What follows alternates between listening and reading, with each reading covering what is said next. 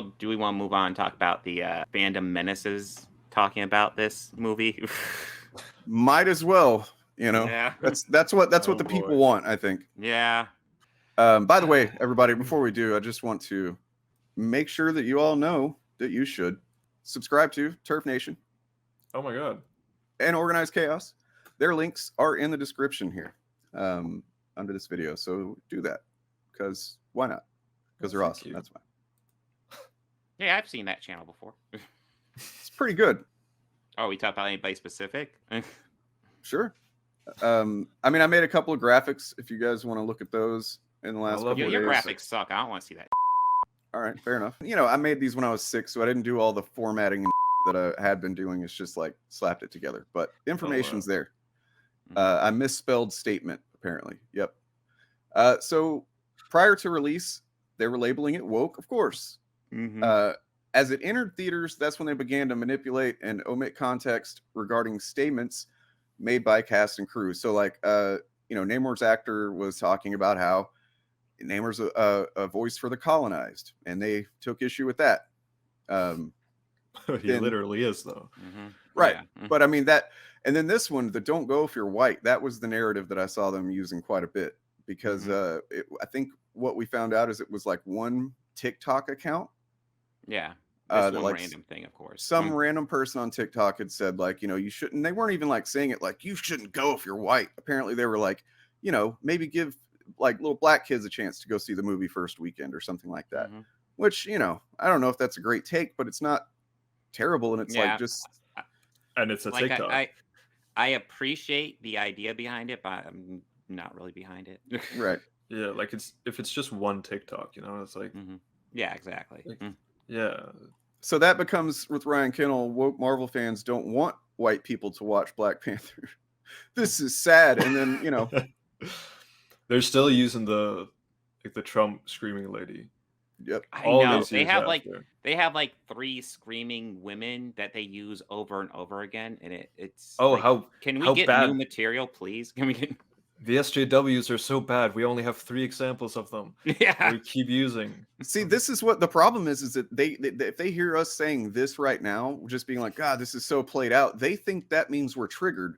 And so to them, they're keep using it, right? Like it's like you can't fucking get through to these people with anything. No. We're like, no, we're not triggered. We think you're fucking cringe. Like literally, dude, you have no creative ability. You're terrible. Yeah, so then, here's it became after release, Geeks and Gamers, a couple others I saw talking about how it was destroyed by anime in Japan. Yes. But it's also like, anime is huge in Japan, right? They moved the goalposts so far that they need a passport. Mm-hmm. And why do they do this? Because that gives them, it's the same thing as the manga versus comics narrative that I've talked about on my channel before, where it's like, these are arbitrary. The only reason you're framing this way is so that you can say that this thing is doing better than the thing that you want people to think is doing badly. Meanwhile, it set records for November releases. Yep. Previous November record holder was Hunger Games: Catching Fire, then a bunch of other crap, Twilight movies and whatnot. And yeah, this I think it made 180 million its first weekend. Wakanda Forever did. So it's a bomb, obviously. Right. Big bomb. We are a small channel based between the UK and US. We have a disdain for those Fandom Menace and their ilk. Keep up the good work. Thank you. You keep up the good work as well. I think one of the most interesting things about the Fandom Menace is going into this, I saw one person who was out of step with them that's usually in step with them, and it was interesting.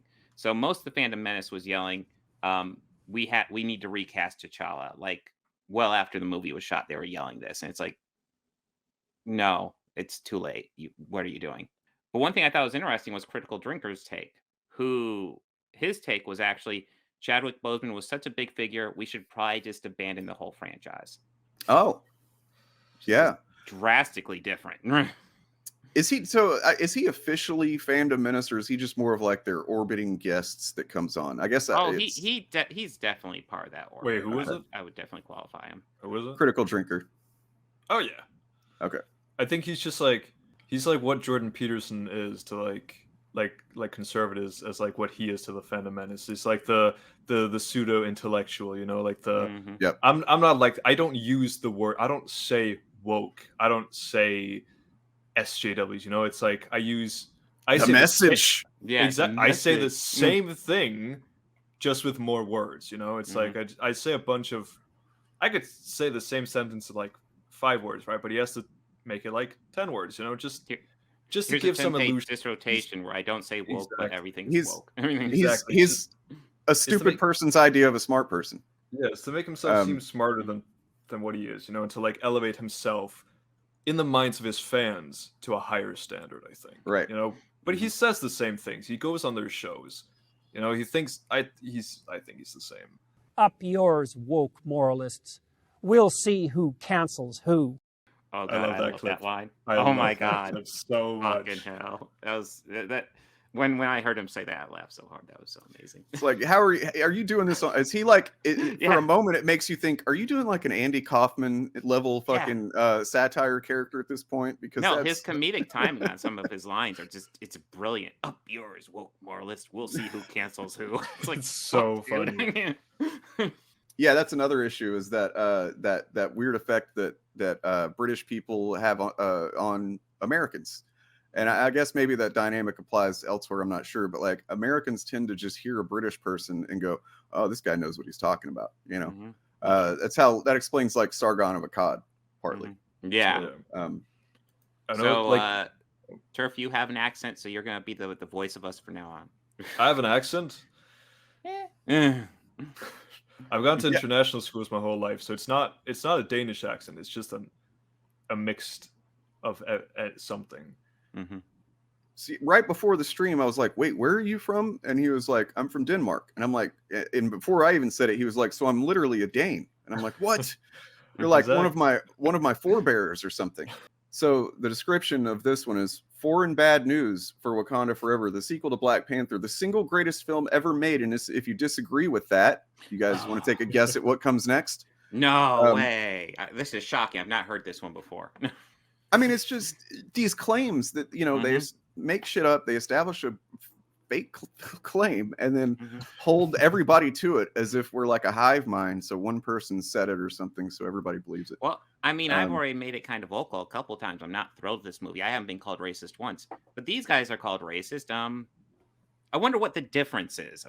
And then I was told this might be Kevin Smith's crying eyes, which we'll get to that in a second. But I'm pretty sure this is as close to like whiteface as you can kind of get without actually doing it, by giving a black person a white person's eyes. I don't know. It just seems weird to me, right? That seems very weird. I didn't even really think about that when I saw it. But yeah, they're definitely doing something weird with those eyes. Can we all agree these guys have the cringiest thumbnails ever? Like, probably Critical Drinker has the least cringy, but like, because they're just, but his is like, just usually screenshots. Yeah, a screenshot of like a show. Yeah, it's frustrating how lazy his content is, considering how fucking popular he seems to be. Well, didn't you know he's a novelist? I'm sure his books are amazing too. We know. We've talked about it. He gets views like $50,000 a month approximately is what he makes on YouTube, as much as I can sit here and say that like he's a bad influence, like I think his takes are bad, you know, it's like he doesn't care. He's making a lot of money. Yep. Yeah, we looked at some of his. We didn't actually like read them, but we looked at his writing career in a video we did a while back, and like, I don't know if you guys have looked into it. It's basically like Jason Bourne knockoff type content. I saw your video on it. Okay. Yeah, I think I saw it as well. Yeah. Just like I feel like a break. As I call it, it's a airport bookstore dad bait. Oh, it sounds like it. It's fan fiction. Yeah, it sounds like, you know, off-brand Jack Ryan. Then there's Ryan Kennel, who has changed his views quite a bit. You know, we like to think these people are rigid and that they don't change their views and they're unreachable. No, Ryan Kennel he's proven us wrong, because a year ago he was defending Star Wars Theory, the guy of Star Wars Theory, the channel, who had cried. Right, he apparently cried whenever it showed whenever Luke Skywalker showed up in The Mandalorian. Yes. But now, a year later, he's regressed and now he's roasting Kevin Smith for crying at Black Panther: Wakanda Forever. Gotta take that double standard. Well, this is standard for a lot of them because they seem to really freak out whenever like men show emotion. I know it's not. I guess it's kind of Fandom Menace, but like Richard Meyer, not that long ago, comics gay guy, was freaking out because Superman was hugging his son affectionately in the comic book. And it's the same type of thing. It's like, dude, just you're essentially just self-reporting that your parents weren't affectionate with you at all, and like being emotional in a movie. Number one, you know, Kevin Smith was probably high as fuck. Probably affects his emotional state. And you know what? If he likes it, good. I mean, I'm glad he's enjoying it. I don't have anything against him. Yeah, somebody I posted this on my community tab, and somebody said something like, well, he's always crying a lot these days. And I was like, yeah, you know, I imagine that having a near fatal heart attack will cause you to kind of realize that, hey, maybe, you know, constraining my emotional expression isn't really a necessary thing, and that I should actually embrace my emotional expression in life. You know, it's amazing how that might work. It's sad that it takes that much, you know? Yeah. Like it's messed up that we can't just be like humans have emotions. You know? Yeah. Like it's a lot of many problems throughout human history have come from the whole idea that men should not show emotions, that they should just be stoic and hold it in, and it's not great. Yeah, it's not a good culture. You know, I'll be honest. I mean, I guess I don't as much anymore, and I'm not sure why that is. But like, I don't feel like it's because I constrain my emotions. But I used to cry in movies pretty regularly. Like, you know, and I'll still kind of well up with emotion and stuff pretty regularly, depending on the movie. But yeah, you know, it's hard. I can't watch like, dude, the scene at the end of Return of the King, whenever you know, the hobbits like start to bow, and then everybody else bows to the hobbits, and they're like, no, you bow to no man. I'm like, oh my god, it's beautiful. Like the Lord of the Rings movies will always make me cry. There's so many shots in Fellowship where it's like, oh my god, a character almost dies, and it plays up the sympathy points, and it's like, it used to get me a lot more than it does now. But like back in the day when they were first doing that stuff, I was like, oh god, they're gonna die, even though I know it's not happening. But yeah, when Samwise Gamgee says that he cannot carry Frodo, but he cannot carry the ring. That is a moment, but he can carry him. That's another one. That's enough to make a grown man cry. What can I say? Absolutely, legit. Their narrative falls apart as Top Gun 2 was kicked off the throne by One Piece film, Red sub and dub, when it released in the USA. Okay, I was not aware of that. They love that Top Gun Maverick did as well as it did. I know. Well, there's no politics in movie, it. but yeah, there's no politics in war. Yeah. Basically, their idea of bad politics is anything like, so like if it's got politics that are similar to what they grew up with as politics, then that's okay. You know. Well, I mean, if a movie just does anything mildly progressive, or even not even progressive, maybe even liberal, and they'll scream politics. But if the movie spends like the whole movie saying, yay, go Trump, they talk about how not political and not woke it is. It doesn't even have to be like progressive or like liberal or anything. Just casting a person who's not white. You know, like even if the person has like no intentions of like wanting a more diverse cast, right? It's just two people come in. One of them's black, the other person's white. The black person's better for the role. They cast them, right, as their main character. Yeah. That in itself, these people can see as woke and political. You know, it's they're screaming that with Eternals, which I can guarantee you none of them knew about the cast or the race or gender swaps in that movie before looking it up, because like Eternals is not a famous property, which is why they did stuff like that. Right. Yeah, I mean, I knew about Eternals, and I still didn't I mean, I had read some Eternals before, so I knew that they were doing some swaps, but I also understand that when you're making a movie about characters that have been around for millennia or whatever, like, it actually makes a lot of sense that they wouldn't all be fucking white. You know, you also hear it's like, oh, but if they're race swapping these unknown characters that literally none of us care about, you know, that like that where it's fine, right? It's like, why can't we race swap T'Challa, you guys would be so angry, you know? And when it's like, when T'Challa is literally like the Black Panther's a character that had such a significant impact, you know? Yeah. And like it's the character is rooted in race, you know? Right. That's the difference. We did a video on that with the Little Mermaid thing, because that whole meme came around again, where it's like, well, it's the same thing.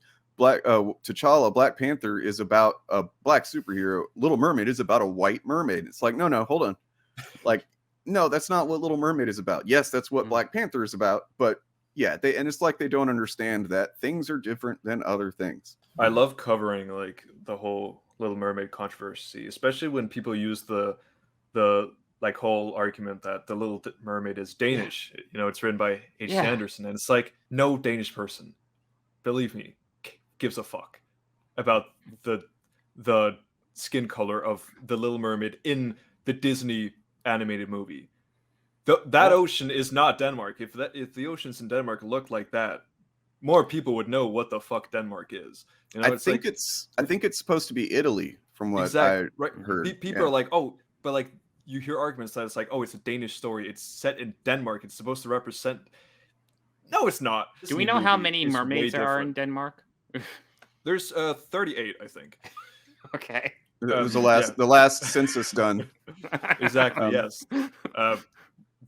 We cannot always trust them. They're a bit they're a bit untrustworthy, so they don't always show up to the surveys. But that sounds kind of racist, dude. Like, you're just gonna like, fuck, man. You can't trust these. You can't trust these fucking mermaids, man. Listen, I've always said we should just close our borders to them. Like, they're coming in here, taking our welfare.